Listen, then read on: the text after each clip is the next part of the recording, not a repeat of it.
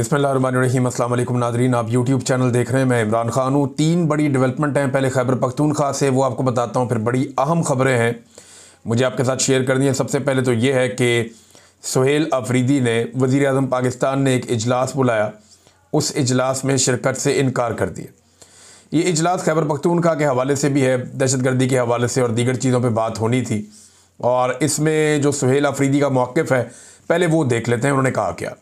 वो कहते हैं जी, मैंने आज वफाकी हुकूमत की ज़राअत और अफ़गान महाजरीन, क्योंकि अफ़गान महाजरीन का मामला खैबर पख्तूनख्वा में ही है, ज़राअत और अफ़गान महाजरीन के हवाले से मीटिंग में ज़ाती तौर पे शिरकत से इसलिए मादरत की है क्योंकि खैबर पख्तूनख्वा की अवाम ने इमरान खान को वोट और मैंडेट दिया, और जब तक मैं इमरान खान साहब से मिलकर पॉलिसी गाइडलाइन नहीं ले लेता तो किसी ऐसी मीटिंग में शिरकत सूबे की अवाम के मैंडेट की तौहीन होगी। मैं उम्मीद करता हूँ कि वफाकी हुकूमत जल्द अज जल्द इस मसले को हल करेगी और मुतल्लिका अथॉरिटीज़ को डायरेक्शन जारी करेगी ताकि मेरी अपने लीडर और पख्तूनख्वा की आवाम के मैंडेट के अमीन और नुमाइंदा इमरान खान से रेगुलर मुलाकात का इंतज़ाम किया जाए। इस हवाले से हमारी कानूनी टीम इस्लामाबाद हाई कोर्ट समेत तमाम कानूनी फोरम्स पर भी जा रही है। अब बहुत सारे लोग जो हैं वो इसके ऊपर तनकीद करेंगे, उछलेंगे, कूदेंगे, तो मैं उन्हें याद दिला दूँ कि जब PMLN इक़्तिदार में थी तो वो छोटी छोटी बातों पे मियां नवाज शरीफ साहब से मिलने बरतानिया चले जाते थे। टेलीफोन पे हदायत नहीं लेते थे, बल्कि यहाँ से पूरी पूरी काबीना बरतानिया जाती थी, वहाँ लंदन में बैठ के मियां नवाज शरीफ साहब से मशवरा लेती थी और वापस आकर हुकूमत चलाती थी। वो दावा करते रहे हैं कि नवाज शरीफ ने आर्मी चीफ की तैनाती से लेकर बड़ी बड़ी तैनातियों के फ़ैसले बरतानिया में बैठ कर किए हैं। उसके अलावा जब नवाज शरीफ साहब जेल में थे तो पार्टी के 30-30, 40-40 लोग और बाद औक़ात 100 के करीब लोग मियां नवाज शरीफ साहब को रोज़ाना मिलने के लिए जाते थे। सुबह से लेकर शाम तक मुलाकातों का तांता बंदा रहता था और मियां साहब अपनी पूरी पार्टी और निज़ाम जेल के अंदर से बैठकर चला रहे थे। तो जब मियां नवाज शरीफ जो कि एक सज़ा याफ्ता मुजरिम थे, उनसे ये लिए जा सकते हैं मशवरे, तो इमरान खान जिन्हें पाकिस्तान की अवाम ने मैंडेट दिया है 2/3 अक्सरियत से ज़्यादा, उनसे मशवरा क्यों नहीं किया जा सकता? क्योंकि मैंडेट तो इमरान खान का फ़ैसला उसने करना है कि अफ़गान पॉलिसी क्या होनी चाहिए। उसने फ़ैसला करना है कि दहशतगर्दी के ख़िलाफ़ लड़ाई में क्या होना चाहिए, तो मैंडेट उसका है ना।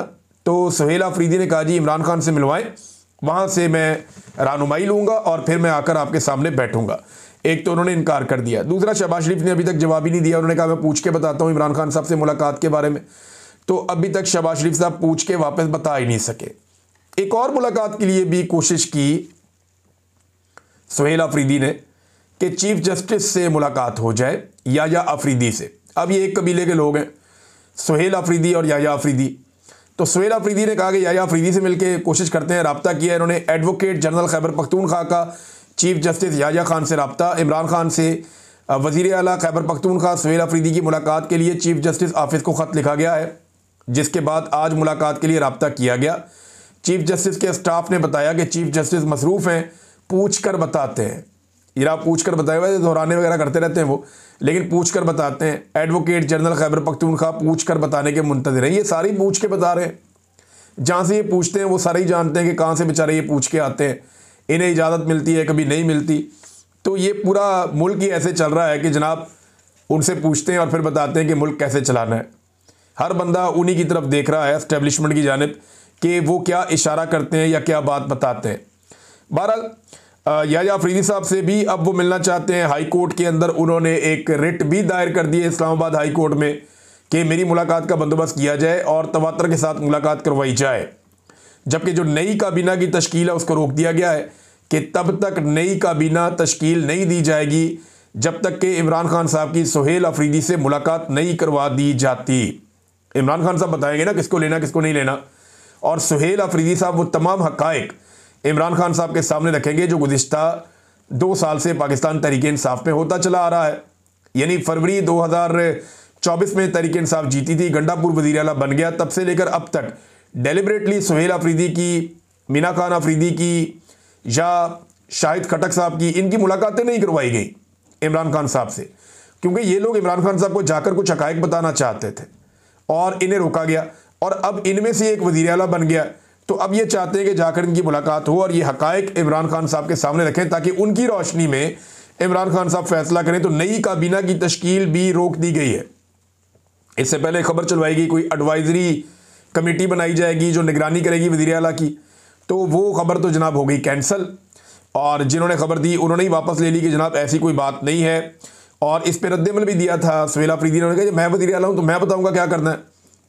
तो बड़ा कॉन्फिडेंस शो किया, और ये कॉन्फिडेंस होना चाहिए कम से कम, जब आप वज़ीर आला की कुर्सी पे बैठ रहे हों तो इतना कॉन्फिडेंस तो होना चाहिए। एक और नाज़रीन इमरान खान साहब का जो अपना ट्वीट है, वहाँ उनका स्टेटमेंट है, वो मैं आपके सामने रखना चाहता हूँ। इसमें इमरान खान साहब ने एक नया काम किया। पहले तो उन्होंने सुहेल अफरीदी को मुबारकबाद दी और ISF का दरीना साथी है, तारीफ़ की उनकी, और उन्होंने कहा जी कि मैं उम्मीद करता हूँ कि ये तहरीक इंसाफ के नज़रिए के तहत ऐन मुताबिक इनकलाबी काम करेंगे। और अली अमीन गंडापुर को उन्होंने शाबाश दी कि ठीक है, अच्छे तरीके से इक़्तिदार को मुंतकिल किया उसने। फिर 4 बड़े वाक़यात इमरान खान साहब कह रहे हैं 2 साल में हुए। एक 9 मई का, 26 नवंबर का, आज़ाद कश्मीर का और मुरीद के का। इन 4 वाक़यात में कत्लेआम हुआ, निहत्ते शहरियों को शहीद किया गया। अब 9 मई फॉल्स फ्लैग के हवाले से उन्होंने कहा जी मैं तो पहले से ही कह रहा हूँ कि जुडिशल कमीशन बनाया, इसके ऊपर तहकीकात करवाएं। बंदों को उठा के 10-10 साल जेलों में डाल दिया, सज़ाएँ दे दी, और फौजी अदालतों ने भी सज़ाएँ दे दी पकड़ के, जो पूरी दुनिया में नहीं होता। और साथ उन्होंने कहा हालांकि उस दिन निहत्ते शहरियों को और पाकिस्तान तहरीक इंसाफ के सपोर्टर्स को गोलियों का निशाना बनाया गया था। यही वारदात 26 नवंबर को तहरीक इंसाफ के साथ हुई। तो इमरान खान साहब बहुत पहले से कह रहे हैं कि इनके ऊपर जुडिशल कमीशन बनाया जाए ताकि मजलूमों को इंसाफ मिल सके और कत्लेआम के जिम्मेदारान को करार वाकई सजा दी जा सके। अब वो ये कहते हैं कि उसके बाद जनाब फिर ये कत्लेआम का सिलसिला शुरू हो गया, यानी अब जो आज़ाद कश्मीर में किया गया और फिर उसके बाद अब तहरीक लब्बैक के साथ हुआ। नमाज जुमा के बाद खैबर पख्तूनख्वा में हमारे तमाम कारकुनान और अवाम मुरीद के कत्लेआम के खिलाफ निकले। तो मैं आपको बताता हूँ कि खैबर पख्तूनख्वा में बड़ा तगड़ा एहतजाज हुआ, बहुत बड़े पैमाने पर एहतजाज हुआ। हर शहर के अंदर लोग निकले हैं। पंजाब के अंदर तो पूरा एक ऐसा लगता है कर्फ्यू लगा हुआ है। कई जगहों पर कारोबारी मराकज़ थोड़े बहुत बंद रहे, अब बाकी जगहों पर कई जगहों पर खुले रहे। एक मिक्स किस्म का रद्द अमल था, लेकिन जुम्मे वाले दिन जो पूरा का पूरा निज़ाम था उसको तैयार किया गया था। पुलिस वगैरह को सबको तैयार रखा गया था, सिक्योरिटी फोर्सेस को, कि जनाब कोई भी हंगामी सूरत हाल पैदा हो सकती है जुम्मे वाले दिन। तो जुम्मे के दिन से डरे हुए हैं। तो जुम्मा तो अगला भी आएगा, उससे अगला भी आएगा, तो किसी भी दिन लावा फट सकता है। तो अब जो हरकतें ये हुकूमत कर रही है, जो फसल बो रही है, वही इसको काटनी पड़ेगी। इमरान खान साहब ने कहा कि यार अब इसके ऊपर मुतालबा ये किया जाए कि चारों वाक़यात के जुडिशल कमीशन का क़याम होना चाहिए। आज मुल्क में सब कुछ आसिम लॉ के तहत हो रहा है। सारी अदालतें फौजी अदालतों में बदल चुकी हैं। जैसे फौजी अदालतों को चलाया जाता है वैसे ही आम अदालतों को भी चलाया जा रहा है। 26वीं गैर आइनी तरमीम के बाद अदालतों से इंसाफ की तवक्को ख़त्म हो चुकी है। मुल्क में लाकानूनियत है। जस्टिस अमीनुद्दीन खान, जस्टिस फ़ायज़ ईसा, जज आमिर फ़ारूक और जज टोकर, सबके पास हमारे केसेस और पटिशन्स गई, मगर कहीं से इंसाफ नहीं मिला। फिर आज इमरान खान साहब ने एक जो नया काम किया वो ये किया कि नॉर्मली वो इलेक्शन की धांधली और मैंडेट की चोरी के लिए, और याद रखिएगा ये एक ऐसा काम है जिस पे आर्टिकल 6 लगता है, तो इमरान खान साहब इसमें कादी फ़ायज़ ईसा और सिकंदर सुल्तान राजा को जिम्मेदार ठहराते थे। लेकिन आज इमरान खान साहब ने इसमें पहला नाम आसिम मुनीर का लिया। वो ये कहते रहे हैं लेकिन बड़ा क्लैरिटी के साथ आज उसी लिस्ट में शामिल कर दिया कि आसिम मुनीर, कादी फ़ायज़ ईसा और सिकंदर सुल्तान राजा ने हमारा मैंडेट चोरी करके फॉर्म 47 की नाअहल और नाजायज़ हुकूमत पाकिस्तान पर मुसल्लत की, जिनके पास पाकिस्तान को दरपेश मसाइल से निकलने का कोई रास्ता है, ना कोई विजन है, ना कोई एहलियत है। दहशत गर्दी, अमन व अमान का क़याम, हर चीज़ इन्होंने जनाब, इनकी एहलियत ही नहीं है, बर्बादी हो गई। इमरान खान साहब बता रहे हैं। तो उन्होंने कहा तारीख से साबित है कि मिलिट्री डिक्टेटर का सिर्फ बंदूक के जोर पर हर चीज़ का हल निकालने का फार्मूला कभी भी देरपा और कामयाब साबित नहीं होता। अफगानिस्तान के साथ मसले का हल फौजी नहीं है, सियासी है। लिहाजा सियासतदानों की जिम्मेदारी है कि वो मामला फहमी से मुल्क में देरपा अमन का क़याम यकीनी बनाएं। फॉर्म 47 की जाली हुकूमत का ना ही इस्तेहकाक है और ना ही अहलियत के वो क़याम अमन में मौसर किरदार अदा कर सकें। हमारे दौर में दहशत गर्दी कम तरीन सतह पर आ गई थी। मुझे पैरोल पर रिहा किया जाए तो मैं अफगानिस्तान से तनाज़ात के हल और क़याम अमन के लिए अपना किरदार अदा कर सकता हूँ। ये जनाब इमरान खान साहब का स्टेटमेंट है। इसमें एक ऑफ़र भी है। कई लोग कहेंगे इमरान खान साहब पैरोल पर रिहाई चाहते हैं, लेकिन आप ये देखें कि इसी अपने ट्वीट में उन्होंने आसिम मुनीर पर सख्त तरीन तनकीद भी की है। तो ये कोई डील की ऑफ़र नहीं है। For the sake of this country Imran Khan साहब कहते हैं कि जी मुल्क को बचाना है तो आपको अफगानिस्तान से बात करनी पड़ेगी। आपके अंदर ये काबिलियत क्योंकि नहीं है, लिहाजा मुझे मौका दें, मैं ये बात करता हूँ, मुझे पैरोल के ऊपर आप बाहर निकालें तो मैं कर लेता हूँ। और ये मामला रिजॉल्व करता हूं, और ये कॉन्फिडेंस है इमरान खान में कि वो ये कर पाएंगे। लेकिन नवाज शरीफ रिहा हो गया, आज़ाद नहीं हुआ। एक जुमला अपनी मर्जी से नहीं बोल सकता है, वो अपनी मर्जी से आ जा नहीं सकता है। वो इमरान खान रिहा नहीं हुआ लेकिन आज़ाद है, जो दिल करता है वो कह देता है और जैसे दिल करता है वैसे वो रहता है। एक बड़ी अफसोसनाक नाजरीन खबर आ रही है, और ये खबर सिक्योरिटी फोर्सेस के ऊपर एक अटैक हुआ है वज़ीरिस्तान में, और बड़ा डेंजरस अटैक हुआ है। इस अटैक में रिपोर्ट किया जा रहा है अब तक की इत्तला के मुताबिक 7 फौजी एहलकार शहीद हो गए हैं, जबकि सीज़ फायर हुआ है। ये पाक अफ़गान बॉर्डर के करीब ये वाक़या पेश आया वज़ीरिस्तान में। तो एक अनफॉर्चुनेट इंसिडेंट है, और लगातार ऐसे वाक़यात हो रहे हैं। जवानों की शहादत जो है वो किसी को भी काबिल कबूल नहीं होनी चाहिए, और ये सिलसिला रुकना चाहिए। और ये सिलसिला तभी रुकेगा, आप लड़ाई कितनी देर करेंगे? पिछले 20 साल से आप लड़ ही रहे हैं दहशतगर्दों से, लगभग 25 साल हो गए आप दहशतगर्दों से लड़ रहे हैं। आप 25 साल और इनसे लड़ लें। आपने 14,000 ऑपरेशन कर दिए, आप इतने ही और कर दें। बड़े बड़े ऑपरेशन आपने दर्जन से ज़्यादा कर दिए, आप इतने ही और कर दें। तो क्या होगा? क्या अमन आ जाएगा? अगर माजी में आ गया था तो अब भी आ जाएगा। एक ही दफ़ा अमन आया जब इमरान खान साहब का फार्मूला अपनाया गया कि अफगानिस्तान से बातचीत करो, पाकिस्तान में भी कोई रास्ता निकालो, कोई तरीक़ाकार इख्तियार करो, कबायली इलाके के लोगों को एतमाद में लो और सब मिलकर दहशतगर्दी के खिलाफ खड़े हो जाओ, तो अमन आ जाएगा। ये कहा इमरान खान ने, बार बार कहा, लेकिन इस फार्मूले के ऊपर कोई जा नहीं रहा। ये पाकिस्तान के जर्नैलों ने ना बेड़ा गर्क किया पाकिस्तान का। ख्वाजा आसिफ ने अभी इतनी बड़ी गवाही दे दी। ख्वाजा आसिफ ने कहा कि जनरल फैद हमीद जो है इसने तहरीक तालिबान पाकिस्तान के सरबराह नूर वली महसूद को, अब ये आदमी पाकिस्तानियों का कत्लेआम करता है।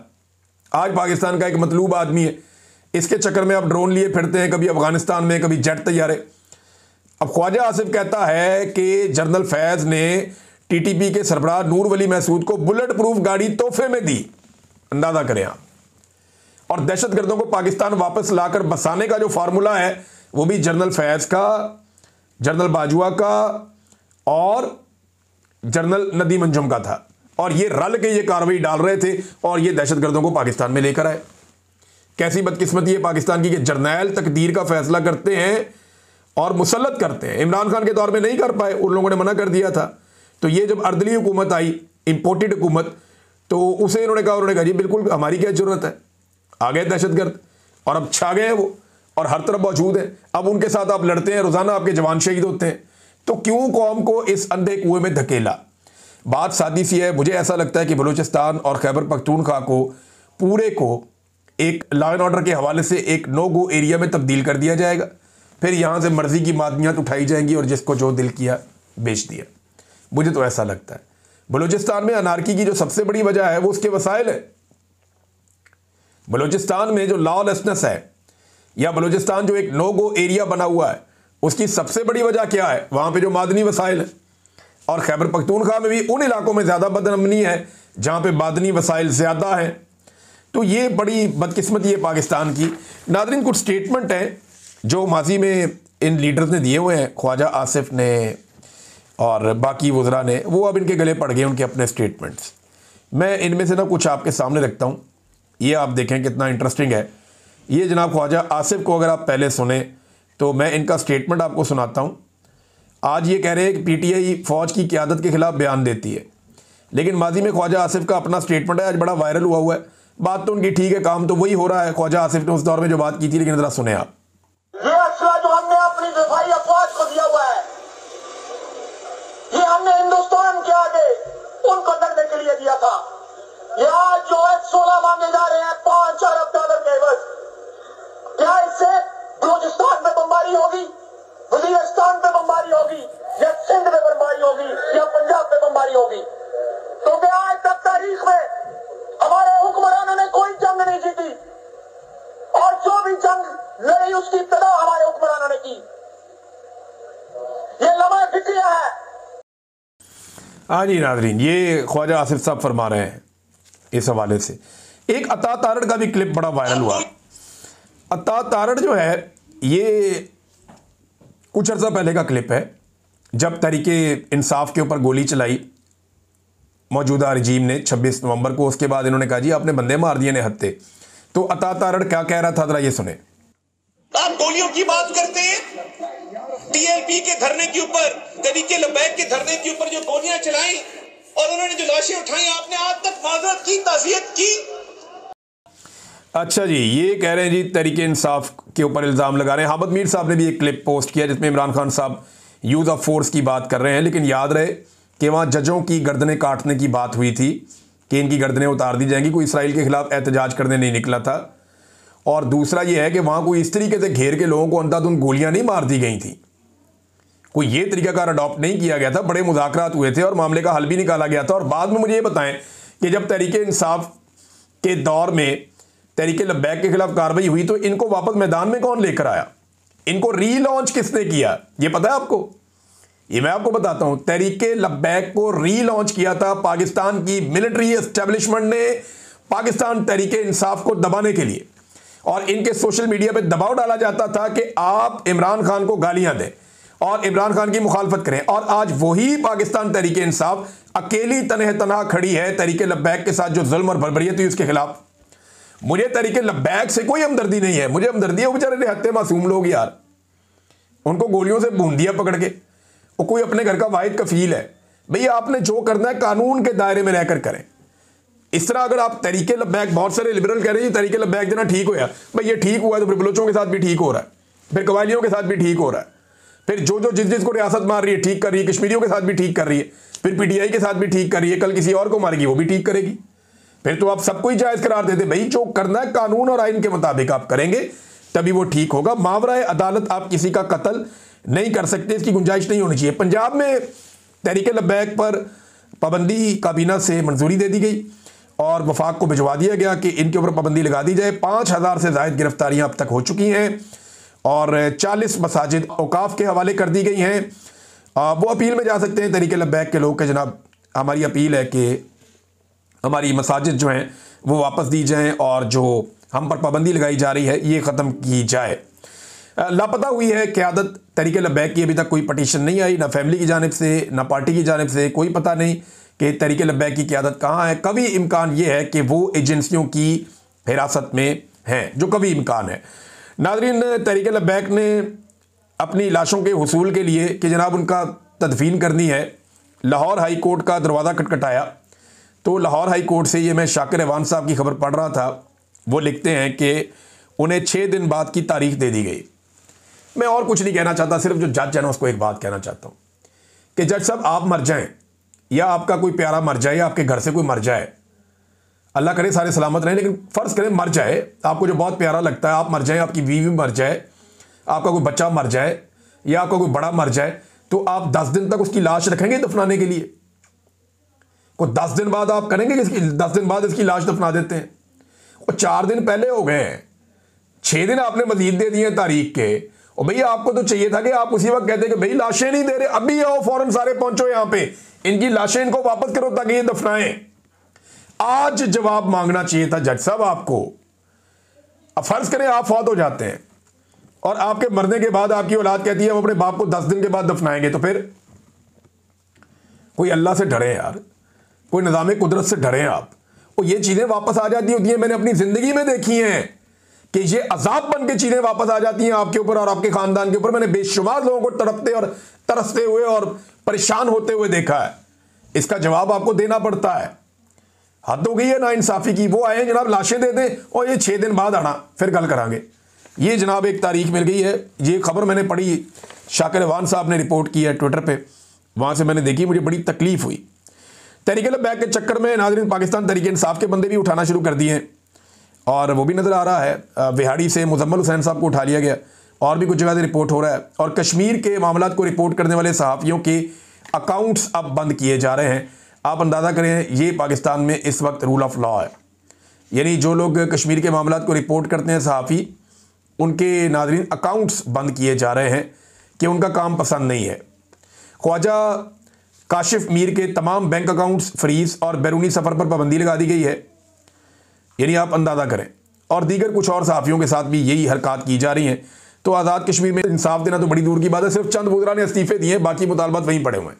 अब देखते हैं कि जो कश्मीर की जॉइंट एक्शन कमेटी है वो अगला एक्शन क्या लेती है। एक और बड़ी इंटरेस्टिंग खबर है, डोनाल्ड ट्रंप ने कहा कि सऊदी अरब जल्द अब्राहम अकॉर्ड में शामिल होगा।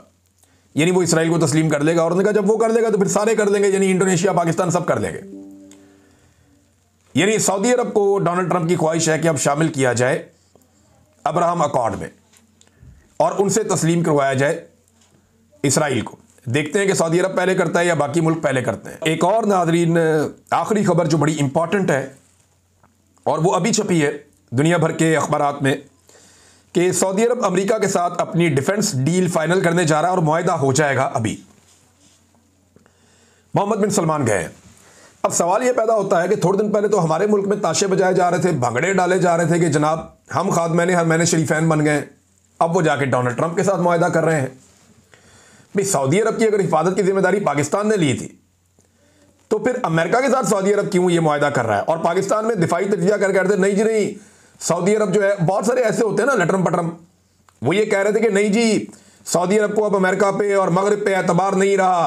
अल्लामा इकबाल के अशआर सुनाए जा रहे थे कि अब वो खड़े हो गए पाकिस्तान के साथ और पाकिस्तान जो है वो अब जिम्मेदारी लेगा हिफाजत की। एक हो मुस्लिम हरम की पासबानी के लिए, नील के साहिल से लेकर ताबका के काशगर, ये कहानियां सुनाई थी। उसके बाद देखें अब सऊदी अरब का जो हकीकी दिफाई मुआहदा हो रहा है वो जहां पे दुनिया के बेहतरीन हथियार है, जिनके पास दुनिया की सबसे तगड़ी फौज है, हथियार है, बहुत सारा टेक्नोलॉजी है उनके पास, तो सऊदी अरब उन पे इंहिसार करेगा ना। देखें इसराइल के पास क्या है, अमेरिकन वेपन है, वो अकेला मुकाबला करता है सारे मुसलमान मुल्कों का। ये सारे रल के उसका कुछ नहीं बिगाड़ सके आज तक, क्योंकि अमेरिकन, हकीकत तो यही है ना, जो मर्जी आप कहते रहे, क्योंकि अमेरिकन हथियार है उनके पास, जदीद टेक्नोलॉजी है उनके पास, वो बेहतरीन हथियार इस्तेमाल कर रहे हैं। तो सऊदी अरब पाकिस्तान के पास आएगा या अमेरिका के पास जाएगा? अमेरिका के पास जाएगा ना, तो ऑब्वियसली वो वही कर रहे हैं। तो आपको एक चूरन बेचना था, वो बेच दिया गया। अब तक के लिए इतने ही, अपना ख्याल रखिएगा, अपने चैनल का भी। अल्लाह हाफिज़।